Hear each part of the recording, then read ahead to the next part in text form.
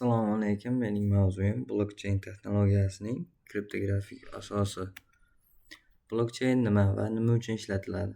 Blockchain ma'lumotlarni xavfsiz o'zgartirib bo'lmas tarzda saqlash texnologiyasi. Blok zanjiri. Har bir blokda tranzaksiyalar va oldingi blok ishora hash mavjud. Foydalanish sohalari: kriptovalyutalar, Bitcoin, moliyaviy xizmatlar va to'lovlar, smart kontraktlar, avtomatik shartnomalar, ma'lumotlar xavfsizligi, tibbiy yozuvlar, sertifikatlarda foydalaniladi. Kriptografiya va blokchain aloqasi. Kriptografiya ma'lumotlarni shifrlash va xavfsiz uzatish texnologiyasi. Blokchainda ishlatilishi hash funksiya yordamida ishlatilinadi. Ma'lumotning noyob barmoq izi,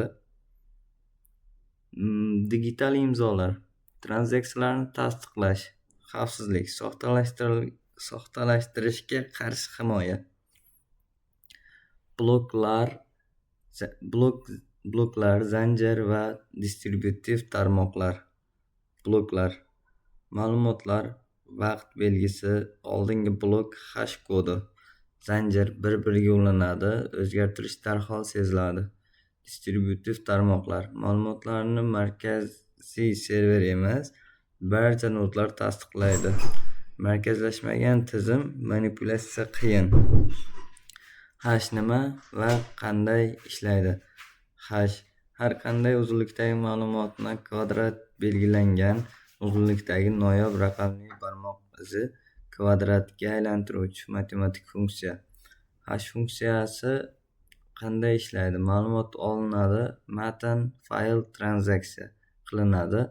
Hash algoritmi orqali unik kod hosil qilinadi. Hash kodi doimiy uzunlikda va ma'lumot o'zgarmasa bir xil bo'ladi. Muhim xususiyatlari: bir tomonlama ma'lumotdan hashni olish mumkin. Hashdan asl ma'lumotni tiklash deyarli mumkin emas. Deterministik bir xil ma'lumot har doim bir xil hash beradi. O'zgartirishga sezgir.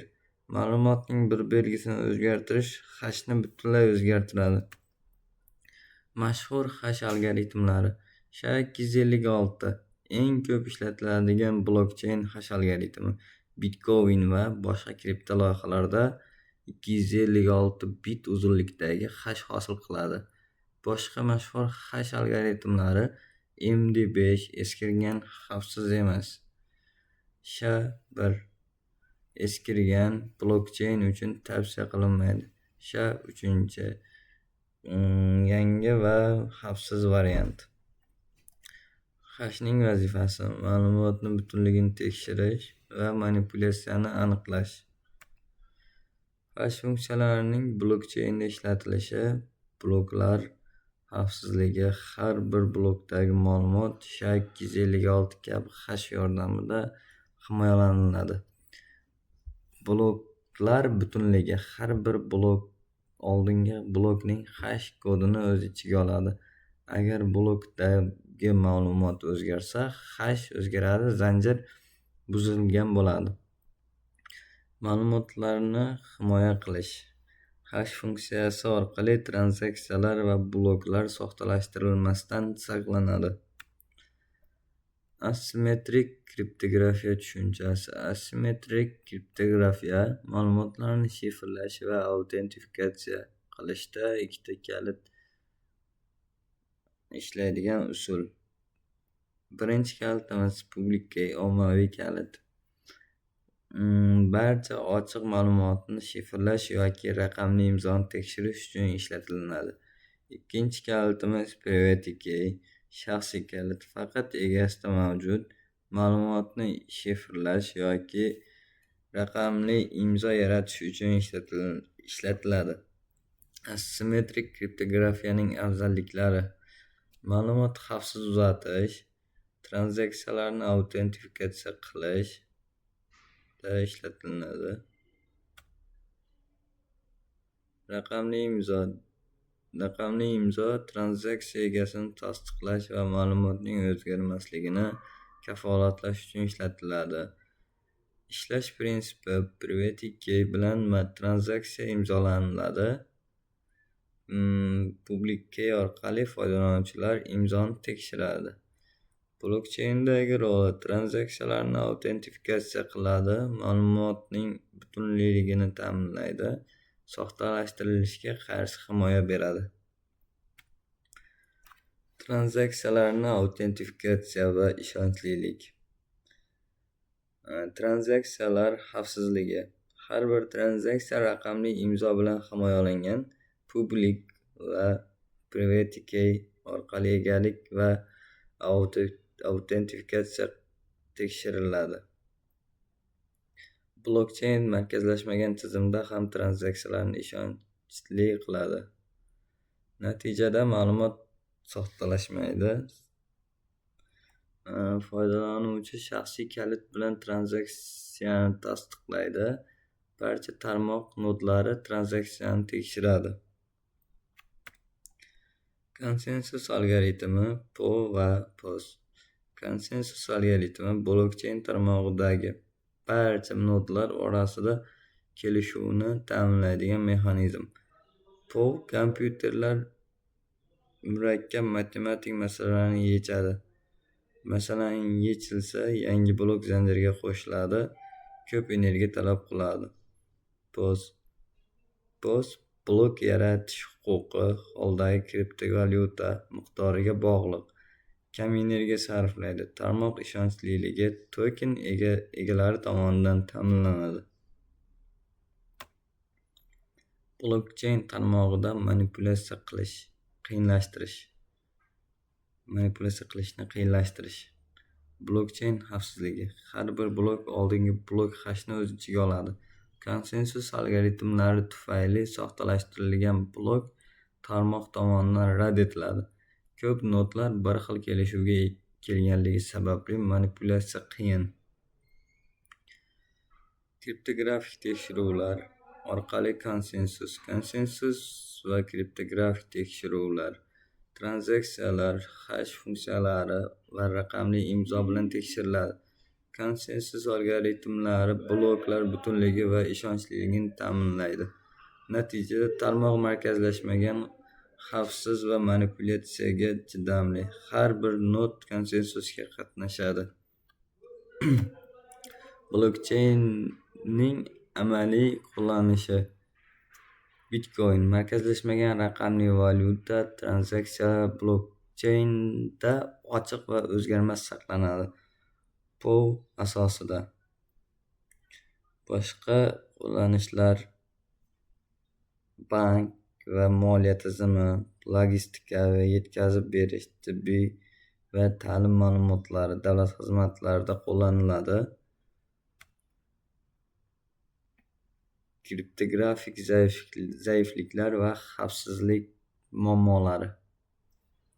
Private key yo'qolishi. Kalit yo'qolsa, aktivlar qayta tiklanmaydi. 51% hujum. Tarmoq quvvatining katta bir qismi guruh qo'lida bo'lsa. Smart kontrakt xatolari.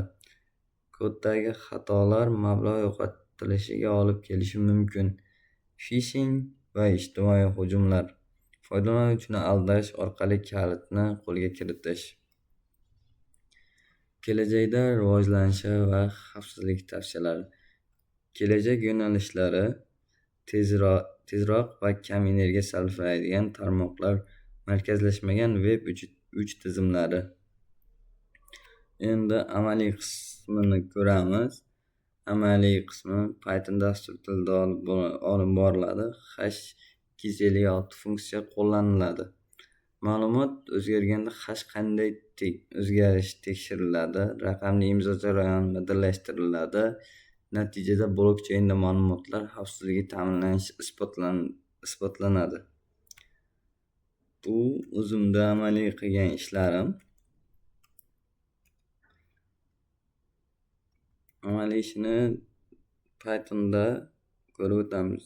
PyCharm dasturida. Men kodni bittalab yozib chiqsam juda ko'p muddat olar ekan. Shuning uchun videodan oldin kodini yozib tayyorlab oldim va tushuntirib beraman. Import hashlab hash algoritmlari uchun kutubxona hisoblanadi. Data blockchain security. Biz mana ko'rib turganimizdek, biz tekshirmoqchi bo'lgan matn. Ishimizni boshlaymiz. Matnni hashlash. Ikkita o'zgaruvchi olamiz. Bunga matnni hashlaymiz. Encode matn baytlarga aylantiradi. Ko'rib turganimizdek, bu kodimiz esa hashni o'qilishi oson formatga chiqaradi. Print yordamida hashlagan matnimizni ko'rib olamiz. Mana ko'rib turganingizdek matnni hashladik. Ikkinchi qism, men 4 ta qismga bo'lib oldim buni. Ikkinchi qism, matn hashda ma'lumot o'zgarsa qanday bo'ladi? Buni ko'rib o'tamiz.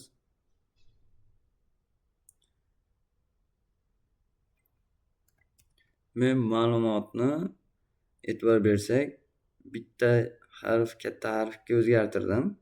Bitta katta S, bu yerda bo'lsa kichkina S va kodlarimizni yozdim. Print yordamida chiqarib oldim. Mana ko'rishimiz mumkin. Birinchi bu o'zimizning hashimiz. Bu ma'lumot o'zgartirganimizdagi hash o'zgartirsa qanday o'zgaradi? Endi raqamli imzo yaratamiz. Uchinchi ishimiz.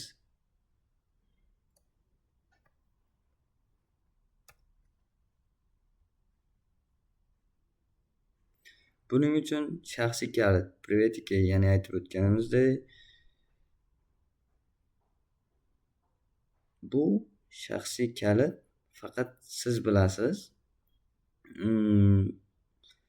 Bu esa transaksiya matni.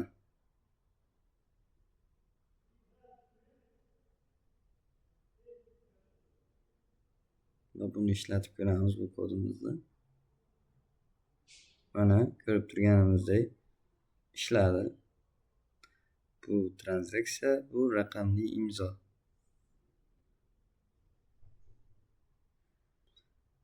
To'rtinchi ishimiz raqamli imzoni tekshirish.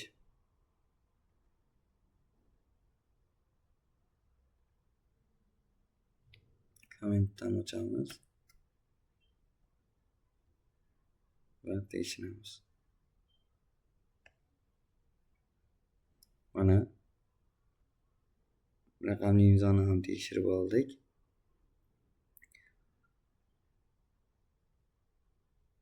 Bu tranzaksiyamiz, bu raqamli imzomiz.